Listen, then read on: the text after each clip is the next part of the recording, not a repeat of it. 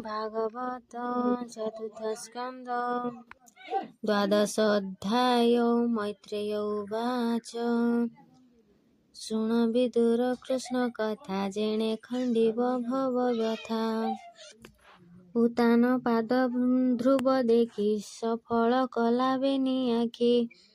निज शरीर वृद्ध चाहि बांधवे सुहृद बसाई। स्वभावे अटे महातेजा राज्य पुत्र को कले राजा। स्वभावे विष्णु तेज बळे भावे नमन्ति दिगपाळे।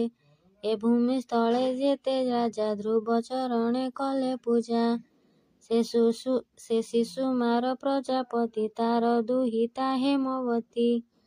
रूपे कमला समसरी विवाहे कन्या ध्रुव भरी। अशेष अलंकार शोभा से कन्या ध्रुवे देला विवाह। से कन्या गर्भे पुत्र देई कल्प वस्त्र बेनी भाई। तृतीय कन्या हिते नाम रूपे गंजई सूर्य सोम। स्वभावे समीरण सुता सुगुण सुंदरी सुनीता। तार उदरे ध्रुव व्यज्य पुत्रे जन्मिला महातेज। उत्कल नामे से कुमार स्वभावे महाजोगेश्वर। ध्रुवर कनिष्ठ उत्तम रूपे भुवने नाही सम। स्वभावे वयसे किशोर विभान कले नृपवर। से एक दिने अश्व बसी मृगया करे बने पशी। मिलिला कुबेर भुवने ताहांकु देखि गुह्य जने। पन्दे रुंधिले युद्ध करी अश्व घेनिले तांकु मारी। ता शुणी ताहार जननी विवेक पुत्र कंठ घेनी। बन नळे देह देला पुत्र विजोगे दुख मला। से कथा शुणी ध्रुव शोके कंपिला मातृभातृ दुखे। जयंता नाम रथे बसी स्वभावे सोहे रूप राशि। शोक नळे कोप भरे कठोर धनु धरी करे। कुबेर कानने मिलिला ऊर्दंड शंखनाद कला। जे बने रुद्र अनुचरे बसंती नदी वन घोरे। हेम पर्वत द्रोण मध्ये गुह्यक दिशंती आनंदे। से बने बळे पशी ध्रुव ऊर्दंडे कला शंखरव।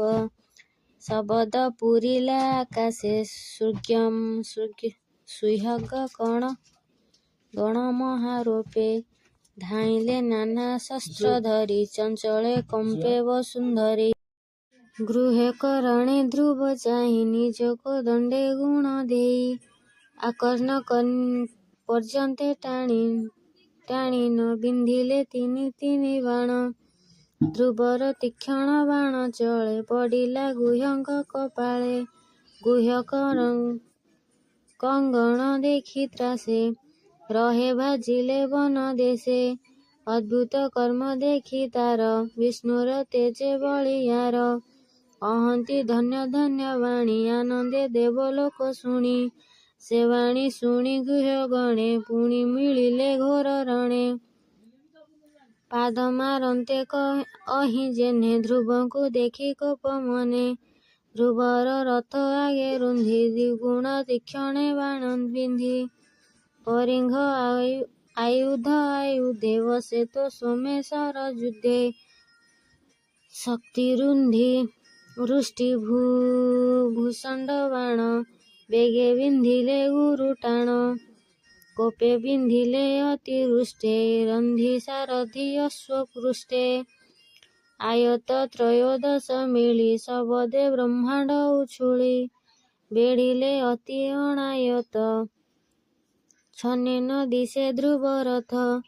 गगने मिली देवलोके कहन्ति एक कुआरके। शुभई आहा काणी बाणी देवे कहन्ति ताहा शुणी। देखिए मनुवंश सुत प्रसन्ने जेसने आदित्य। गुह्यक समुद्रे बुडिला ध्रुव निश्चय नाश कला। गर्जन्ति धातु धान गणे ध्रुव जेता शुणी प्रबणे। सारथी चाहि पुण्य देला ଦେହା ବୋଇଲା ହୃଦେ ରଥ ବାହା ଶୁଣି ସାରଥି ଅତି ବେଗେ ରଥ କହିଲା ଶୂନ୍ୟ ମାର୍ଗେ ଅନ୍ଧାର ନାସି ସୂର୍ଯ୍ୟ ଯେହ୍ନେ ତେମନ୍ତେ ବିଷୟୀ ଗଗନେ ରହି ମନୁସୂତ ବାଣ ବରଷେ ଅପ୍ରମିତେ ଗୃହ୍ୟଙ୍କ ବାଣ ବୃଷ୍ଟି ନାଶେ ନିହାର ଯେହ୍ନେ ଚଣ୍ଡ ତ୍ରାସେ ପବନ ଯୋଗେ ମେଘେ ଯେହ୍ନେ ନିର୍ଜନ୍ତେ ଉଭନ୍ତି ଗଗନେ ଗୃହ୍ୟଙ୍କ ନାଶ କରି ପୁଣି ବନ୍ଧିଲେ ରୋଷ ଭରି ଧ୍ରୁବ ନାରଚ ତୀକ୍ଷଣେ ମୁନେ ପଡ଼ିଲେ ଗୁହ୍ୟଙ୍କର ଶୂନ୍ୟେ ଗୃହ୍ୟଙ୍କ ଦେହେ ବାଣ ପଡ଼ି ଶୁଭେ କି ମେଘ ଘଡ଼ଘଡ଼ି ସର୍ବେ ପଡ଼ିଲେ ପୂର୍ବ ଭୂମି ଗତେ ପର୍ବତ ଯେହ୍ନେ ବ୍ରଜଘାତେ ଶିରେ ଭେଦିଲା ଭଲ୍ଲଭ ଶସ୍ତ୍ର ବାଣ ପିନ୍ଧନ୍ତି ନିଜ ଗାତ୍ର ମୁଣ୍ଡେ ପଡ଼ିଲେ ଭୂମି ସ୍ଥଳ ବିରାଜେ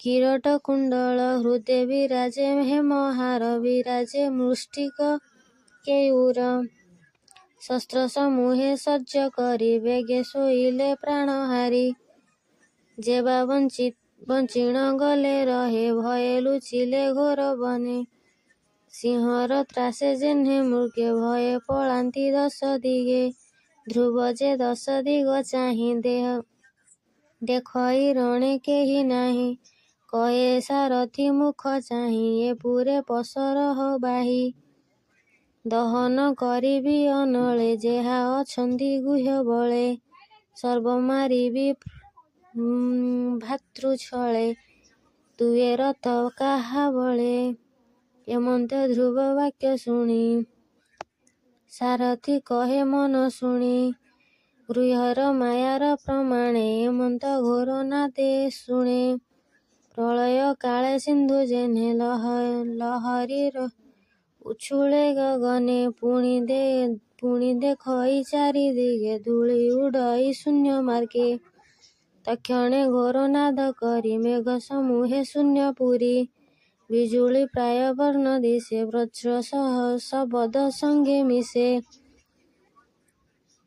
ଉଲୁକା ପଡ଼େ କୋଟି କୋଟି ରୁଧିର ସଙ୍ଗେ ଶିଳା ବୃଷ୍ଟି ମୂତ୍ରପୁରୀ କ୍ଷତ୍ରେତ ଋତୁଲେ ଦୁର୍ଗନ୍ଧେର ଧରଣୀ ଫୁରିଲେ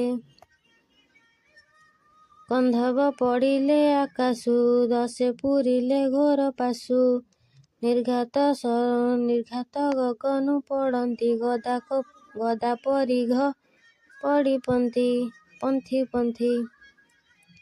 ମୁଷଳ ସଙ୍ଗେ ବଜ୍ର ପଡ଼ି ଘୋର ଶବଦ ଘଡ଼ଘଡ଼ି ସର୍ପେ ଧାମନ୍ତି ଫୁଫୁ କରି ଅନଳ ପ୍ରାୟ ଚକ୍ଷୁ ଧରି ଗଜେ ଧମନ୍ତି କୃଣ୍ଡ ତୋଳି ସିଂହ ସାନ୍ଧ୍ରୁଳ ସଙ୍ଗେ ମିଳି ତକ୍ଷଣେ ସିନ୍ଧୁ ଉଛୁଳିଲା ଲହରୀ ଗଗନେ ମିଳିଲା ଭୂମି ପଡ଼ିଲା ମହାଜଳେ ପ୍ରଚଣ୍ଡ ପବନେ ଉଲ୍ଲୋଳେ କଳ୍ପନ୍ତେ ଘୋର ନାଦ ଯେହ୍ନେ ଶବଦ ପୁରିଲା ଗଗନେ ଏମନ୍ତେ ନାନା ମାୟା କରି ଗୃହ୍ୟଙ୍କ ସଂଗ୍ରହ ଆବରି ମିଳିଲେ ନାନା ଶସ୍ତ୍ର ଘେନି ଶବଦେ କମିଲା ମେଦିନୀ ଧ୍ରୁବ ଉପରେ ମାୟା କରି ଗୃହ୍ୟଙ୍କ ସର୍ଜିଲେ ଆବରି ଗୃହ୍ୟଙ୍କ ମାୟା ଦେଖି ବେଗେ ମୁନି ମିଳିଲେ ଧ୍ରୁବ ଆଗେ କଲ୍ୟାଣ ହସ୍ତେ ଅଗ୍ରହୀ କହନ୍ତି ଧ୍ରୁବ ମୁଖ ଚାହିଁ ମୁନି ଉଚୁ ଶୁଣ ହେ ଉତ୍ତାନ କୁମର ତୋପେ ପ୍ରସନ୍ନ ଚକ୍ରଧର ଯେ ହରି ଭବୟ ନାଶେ ମାୟା ଆମ୍ଭେ ତ ଦେଖିଲୁ ତୋ ପାଶେ ଯେ ନାମ ଗାଇ ଅନ୍ତକାଳେ ମୃତ୍ୟୁ ତରନ୍ତି ପ୍ରାଣୀ ହେଳେ ସେ ହରି ପାଦ ତୁ ସୁମର ଗୃହ୍ୟଙ୍କ ମାୟାରୁ ସଂହର ଏମନ୍ତ ମୁନି ବାକ୍ୟ ବଳେ ରଥ ତୁଳିନ ଅନ୍ତରାଳେ ସୁଜନେ ଶୁଣ ହରି କଥା କରିନ ସେହେ ଭୃତ ବ୍ୟଥା ସେ ହରି ନାମ ହୃଦେ ଚିନ୍ତି କହଇ ଦାସ ଜଗନ୍ନାଥ ଇତି ଶ୍ରୀମଦ୍ଭାଗବତମ ପୁରାଣ ପରମାର୍ଶ ସଂହିତାୟ ବୈଶିକ ଚତୁର୍ଥ ସ୍କନ୍ଧେ ଗୃହ୍ୟକ ମାୟାଯୁଦ୍ଧ କରଣେ ନାମ ଦ୍ବାଦଶୋऽଧ୍ୟାୟ।